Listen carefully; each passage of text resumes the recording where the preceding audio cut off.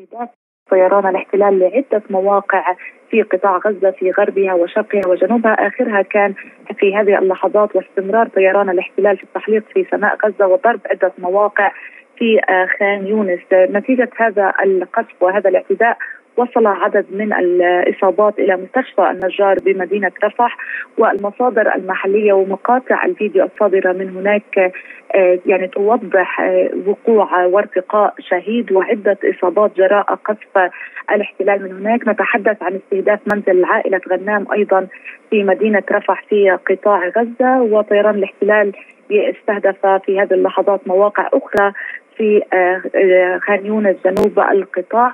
نتحدث أن الإعلام الإسرائيلي يقول أن هنالك محاولة لاستهداف قادة من حركة الجهاد الإسلامي، وكانوا قد تورطوا بتجنيد وتنفيذ عمليات أخيرة وأحداث أخيرة في الضفة الغربية. هذا أيضا وخاصة نتحدث عن مناطق ومستوطنات غلاف غزة وساحل عسقلان، قالوا فيها أن يجب على المستوطنين المتواجدين هناك الدخول إلى الملاجئ، وذلك خوفا وتحسبا من أي رد فعل من قطاع غزة بإطلاق صواريخ مضادة أو صواريخ تجاه إسرائيل وتجاه المستوطنات في غلاف غزة نتيجة هذا القصف والعدوان على قطاع غزة. أن هنالك مقتل قيادي بارز في حركة الجهاد الإسلامي جراء هذه الضربة، وأن هنالك محاولات مستمرة حتى اللحظة في انتشال المصابين من تحت الركام. الإصابات كما ذكرنا بدأت بالوصول إلى مستشفى النجار في رفح في غزة، وهنالك أيضا عدة ضربات في عدة مناطق في قطاع غزة لا سيما في غربها وفي شمالها، وآخرها كان في جنوبها وتحديدا في منطقة خان يونس. الأعداد الإصابات غير مؤكدة حتى اللحظة، وهنالك تضارب كما ذكرنا في الأسماء الواردة، وحتى في اسم الشهيد هنالك الحديث عن أن الشهيد من عائلة غنام المنزل الذي استهدف طيران الاحتلال، وهنالك أنباء تؤكد وجود أكثر من شهيد من ذلك، إلا أن المصادر المؤكدة تؤكد على ارتقاء شهيد واحد جراء هذا القصف، وهنالك العشرات من الإصابات.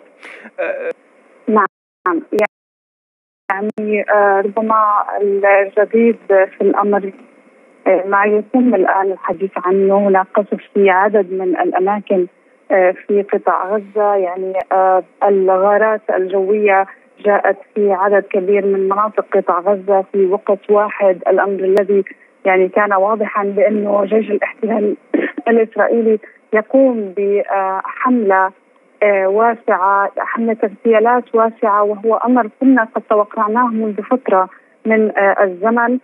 طبعا حتى الآن هذه الاغتيالات تطال عدد من قادة الجهاد الإسلامي. حتى الآن حتى هذه اللحظة ما تم الإعلان عنه هو سقوط 9 شهداء بشكل سريع. ما زالت سيارات الإسعاف تنقل الإصابات من المنازل إلى المستشفيات، مستشفيات قطاع غزة. الآن في هذه اللحظات ما زالت أيضا طائرات الاحتلال تحلق في سماء قطاع غزة، والعملية ما زالت مستمرة بشراسة. كل مناطق قطاع غزة كما أشرت يعني في وقت واحد في منطقة رفح، في منطقة غزة المدينة، يعني تعرضت لإطلاق قذائف صاروخية من قبل طائرات الاحتلال الإسرائيلي. يعني حتى الآن يعني عدد كبير من الأخبار الذي يتعلق بعدد الإصابات، الجرحى، تحديد أماكن القصف الذي تم استهدافها خلال هذه اللحظات. الآن يعني أيضا هناك أنباء ترد عن جيش الاحتلال الإسرائيلي يتحدث بها عن أنه الاغتيالات ما زالت جارية، وبأنه يعني طيران المكثف للاستطلاع ما زال يعني يحلق في سماء قطاع غزة لاستكمال هذه العملية العسكرية.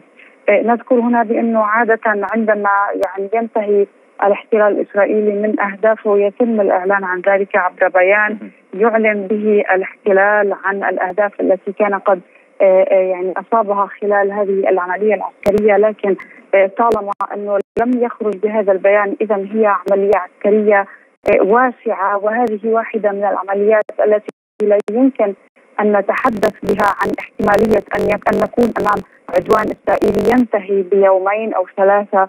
من الواضح بأنه الحدث، حجم الحدث والطريقة التي تم بها تشير إلى أنه من الممكن أن يأخذنا حدث هذا إلى يعني تصعيد إسرائيلي في قطاع غزة، من الممكن أن يمتد لأيام عديدة. جنوب قطاع منى عوكل من قطاع غزة. منى، يبدو أن نور الصباح قد ظهر في سماء غزة مع استمرار القصف في جنوب قطاع غزة وتحديدا في رفح.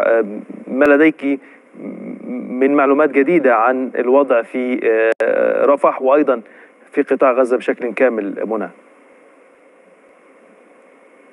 نعم، يعني عمليا دعني أشير إلى أنه في هذه اللحظات ما زال هناك هدوءا حذرا يجوب قطاع غزة. ما زالت هناك محاولات لانتشال الجثامين الشهداء والضحايا من تحت الأنقاض.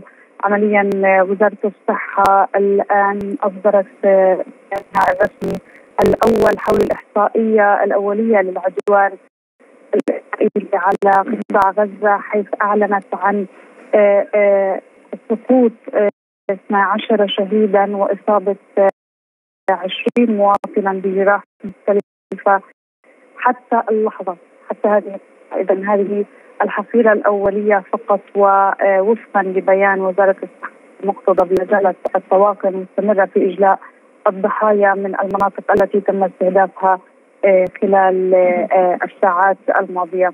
إذا نحن أمام 12 شهيدا وحوالي 20 إصابة بشكل مبدئي. وأؤكد بأنه ما زال هناك حالة من بإمكانات التصريحات والبيانات على ما يبدو كلها تشير إلى أنه يعني سوف يكون هناك رد وجولة قاسية أيضا. يعني ربما من يتابع القرارات التي تصدر عن جيش الاحتلال الإسرائيلي ومكتب وزير جيش الاحتلال تشير إلى أنه يعني الجانب الإسرائيلي الآن يستعد لربما مرحلة طويلة من العنف. آخر ما كان قد تم الإعلان عنه هو تصريح لوزير جيش الاحتلال الإسرائيلي يوآف جالانت الذي وافق على تفعيل الخطة التي تسمح لسكان غلاف غزة بالإخلاء نحو باقي المناطق في كافة المدن. وأيضا أعلن عن إغلاق المدارس من سلطنات غلاف غزة، وأعلن عن وقف حركة القطارات في أعقاب التوترات مع غزة. هذه القرارات وهذه جاءت على الرغم من أنه حتى اللحظة لم يخرج أي رد من قطاع غزة من قبل المقاومة الفلسطينية في قطاع غزة تجاه البلدات الإسرائيلية، ولكنه يعني بشكل جلي جدا بأنه الاحتلال الإسرائيلي يعلم تماما ما الذي قام به، ويعرف أيضا تماما بأنه سيكون هناك ردا قاسيا من قبل الفصائل الفلسطينية، حتى وإن لمن ينظر من الخارج يرى بأنه الرد تأخر بالمقارنة مع سرعة الردود للمقاومة الفلسطينية في الأحداث التي كانت تجري سابقا، حيث أنه كان مجرد أن يقوم الاحتلال الإسرائيلي بقصف منطقة